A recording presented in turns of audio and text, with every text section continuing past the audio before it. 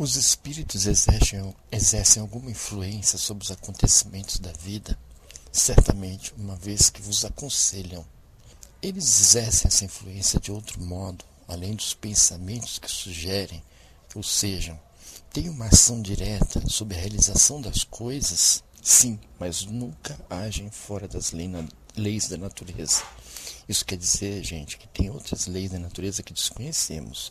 Há energias que os cientistas desconhecem. O ectoplasma, por exemplo, que pode movimentar objetos. A sua intervenção nos é oculta. O que fazemos, embora com sua cooperação, nos parece muito natural. Então eles agem de uma maneira tão oculta que tudo parece ser muito natural. Assim, por exemplo, provocarão uma reunião de duas pessoas que parecerão se reencontrar por acaso. Inspirarão alguém o pensamento de passar por determinado lugar. Chamarão sua atenção sobre um certo ponto. Por exemplo, um jogo, um número, etc. Um assaltante é chamado a atenção sobre uma determinada pessoa e não outra.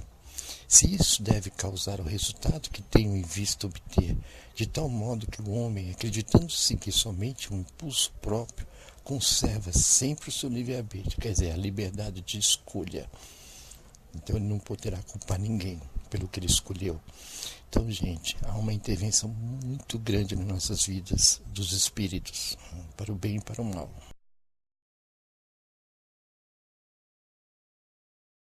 A senhora percebeu a sua mediunidade? A gente vê crianças tendo mediunidade.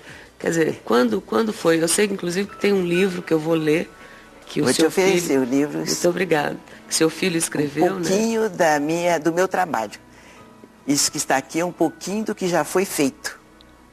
Elo de Amor. Elo de Amor. E conta um pouco da sua história também. Um pouco da minha história já realizado, trabalho realizado. E aí, quando foi que a senhora percebeu que... Eu quero dizer o seguinte, eu sou filha de libaneses, portanto, família católica. Minha família veio do Líbano, como é bem conhecido, né? Eles fogem para o Brasil, essa pátria maravilhosa. É verdade. E eu fui, minha filha, dos 9 anos aos 20 anos, sofrendo, vendo e ouvindo coisas que a minha religião, a religião dos meus pais, não me ensinava. Eu ia à igreja, pedia socorro ao padre, o padre dizia o quê? Coitado do padre, mandava fazer uma novena, eu me ajoelhava diante daquele altar, orava, as coisas se ajoelhavam comigo, eu me benzia, as coisas se benziam, feliz da vida que eu tinha ido à igreja. Eu voltava para minha casa, eles voltavam comigo. E os padres pelejaram para me ajudar, mas eram não umas pessoas constantes, espíritos constantes que te acompanhavam. Que me acompanhavam. E isso aconteceu dos 9 anos aos 20 anos. E diziam que tipo de coisa? Eles me ensinaram sobre Deus, sobre Jesus, só coisa boa. E você escutava? Me ensinaram tudo, me ensinaram sobre a vida, sobre o amor ao próximo, o perdão.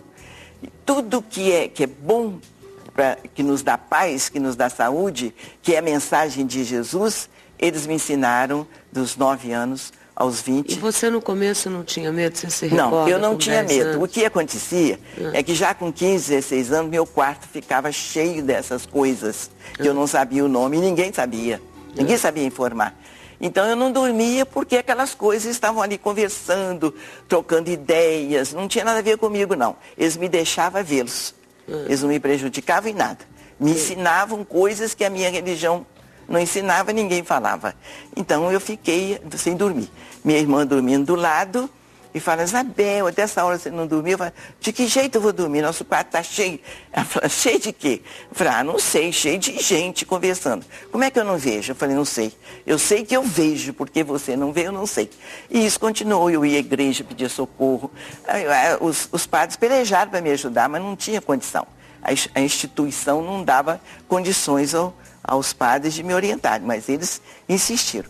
Então, já com 18 anos, eu vim para Juiz de Fora, que minha família começou a procurar emprego, estudar, saiu da roça e eu fui trabalhar na Escola de Laticínio Cândido Tosse, um lugar lindo, maravilhoso, no meio de professores, funcionários, pessoas cultas, inteligentes, e eu fui ficando acuada. Eu olhava para você, eu via outra pessoa perto. Você falava as coisas, eu via que não era verdade, que você não estava sendo sincero. Você contava isso para as pessoas ou não? Aí começou a correr perigo. Eu falei, fulano, por que você está falando isso? Não foi isso que você fez. Aí você quebrou aquela peça do laboratório e não contou, fulaninho vai ser expulso porque ele é levado, estão achando que foi ele, você vai deixar. Aí ele fala, quem te contou? Aí eu tomava susto, ninguém tinha me contado. Mas alguém tinha te contado. Ele ia atrás do colega, você contou? Não, não contei.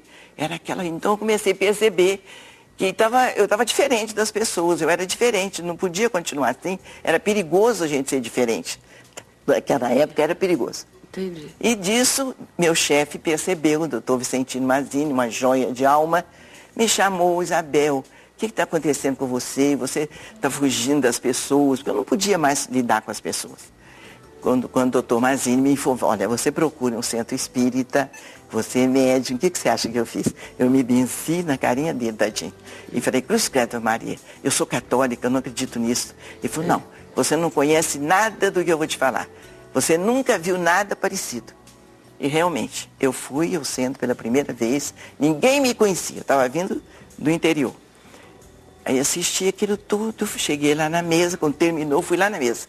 Falei assim, olha, vocês vão saber de uma novidade agora. É a primeira vez que eu entro num centro espírita. Mas tudo que vocês falaram aqui eu já sabia. Eu conhecia tudo. Eu não sabia que tinha uma religião que pudesse cuidar do meu caso. Nunca mais deixei de ir.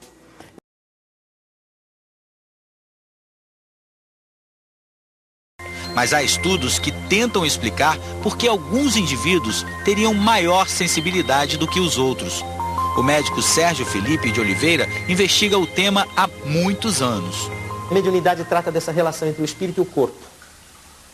Então o que me interessava era isso, a relação entre o espírito e o corpo. No processo de saúde e doença.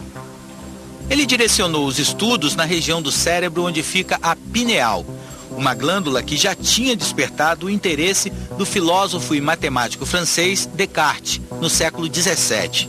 Ele disse, a alma se liga ao corpo pela pineal. A pineal é do tamanho de um caroço de azeitona e fica na altura dos olhos. É considerada um órgão sensorial. Segundo o médico, ela teria uma relação imediata com a mediunidade, porque possui cristais de apatita. Eu fotografei com microscopia eletrônica os cristais de apatita que existem na pineal. E me chamou a atenção isso, a pessoa ter bolinhas de cristal no meio da cabeça, no mínimo é curioso, não é? Os cristais de apatita seriam os responsáveis pela captação de ondas magnéticas. Isso poderia, então, de acordo com o médico, ser a explicação para a telepatia, o estado de transe e para os sensitivos. Quando tem bastante cristal, a tendência é captar onda, então é incorporação. De acordo com o médico, quanto mais cristais, mais mediunidade.